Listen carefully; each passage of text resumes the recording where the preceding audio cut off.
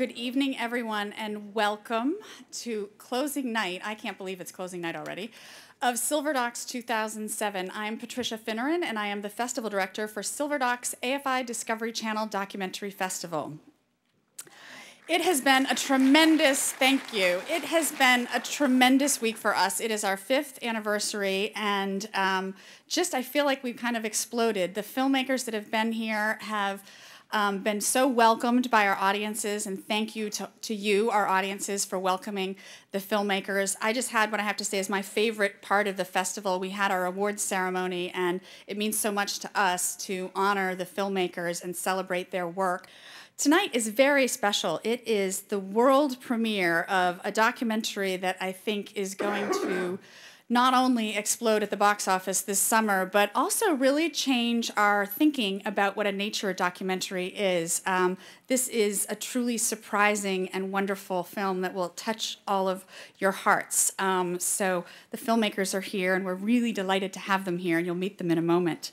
And now I'm very, very pleased to introduce the president of Discovery Studios. He's been with Discovery for a very long time and has been, I have to say on a personal level, a huge supporter of Silverdocs and a wonderful supporter of great filmmaking.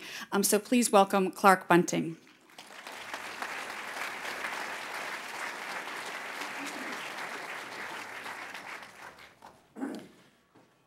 Good evening. I am going to introduce to you John Barry in just a minute. As you may know, John is the director of the Smithsonian National Zoo, and I've had the privilege over the last several months to work very closely with him as part of his board. And I can tell you that I don't think there's anybody who is any more passionate about the role of conservation in the natural world. He's going to talk with us just a little bit this evening about how natural history films like Arctic Tale are vital for promoting conservation. Now, as Washingtonians, I think we're extremely fortunate to have the National Zoo literally in our backyard.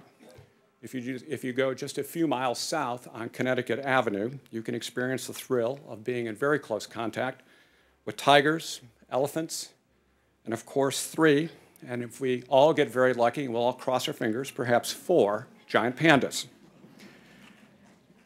And while wonderful films like Arctic Tales tap into our emotional connection to animals, it's people like John and the National Zoo that enable so many of us to experience the wonders of the natural world firsthand. Please join me in welcoming the director of the National Zoo, Mr. John Barry.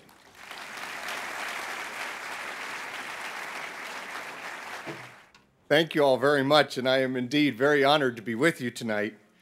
I've been very fortunate and blessed in my life to have actually gotten to visit both the Arctic and the Antarctic, and have gotten to stand upon both the North Pole and the South Pole. These are places of awesome beauty.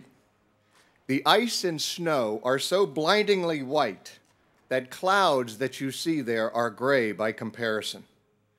The cold is intense and sharp and takes your breath away. And the snow mist is so fine that it dangles and hangs in the air, sparkling like mica. Here, where you can circumnavigate the globe simply by walking in a circle, nature teaches us both the interconnectedness of life and its amazing endurance. I was struck by even in this, the darkest, coldest, harshest place on earth, life endures. It is telling that the toughest life on our planet is also amongst its most fragile. Lichen, a ½ inch across, have taken 8 centuries to grow the size of a quarter. I was there and walking on Franz Josef Land, which is the farthest land one can reach north in the Arctic. And Fridtjof Nansen had walked there in 1893. And there was a field that looked to me like grass. But when we got down closer upon our hands and knees and with a magnifying glass, realized it wasn't grass we were looking at, but actually a birch forest that is so slow growing that the footprints that Nansen put there in 1893 have not been filled in by the growth of that birch forest today. And yet, even here, farther from any human development on the planet, our human touch and reach is felt. Persistent organic pollutants and chemicals accumulate and are found in the highest concentrations in the milk of polar bears, whales, and yes, even native people's breast milk. If there is to be a future for wildlife, it must be that our species will learn to live more sustainably and place a lighter footprint upon this fragile planet. There are good reasons for hope. In this movie, you will observe the sacred individuality of every animal. Anyone who has observed animals in the wild or at our zoo or through this wonderful medium of film comes to see that just as every person is unique, so too are our fellow animal travelers. This morning we celebrated the birthday of our 3 Sumatran tiger cubs at the National Zoo. The stripes on a tiger face, the stripes on a zebra's face, the spots on a cheetah's tail are all as unique as the fingerprints on our fingers.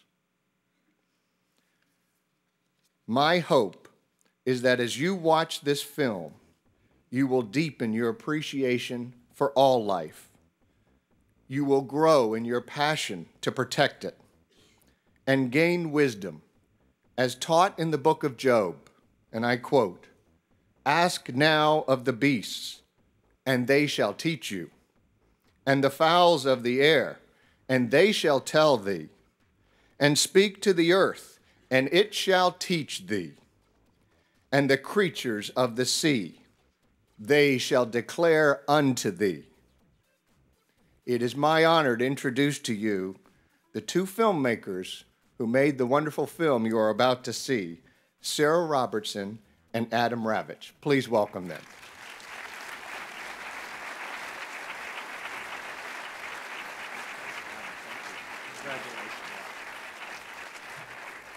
Thank you. Sarah's left me up here all alone. Sort of what happens in the field sometimes, so I'm used to it. First of all, I just want to thank Silverdocs for choosing Arctic Tale to close the festival with. We are very appreciative of that.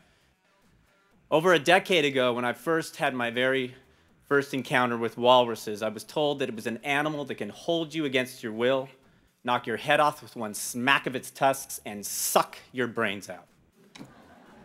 For most people, this would scare you away, but for me and Sarah, we were attracted to it. We were lured to it. And for the better part of a decade, we've been going back to the Arctic to follow the bears and the walruses in the Arctic and to really watch them and learn from them. And what impresses us the most is just how bold they are, their spirit, and their remarkable acts of courage, many of which you're going to see tonight. This film represents 10 years, 2 years in the editing room, 800 hours of footage. For all you old school film people, that's 1,700,000 feet of film. And a lot of passion going into a remarkable feat.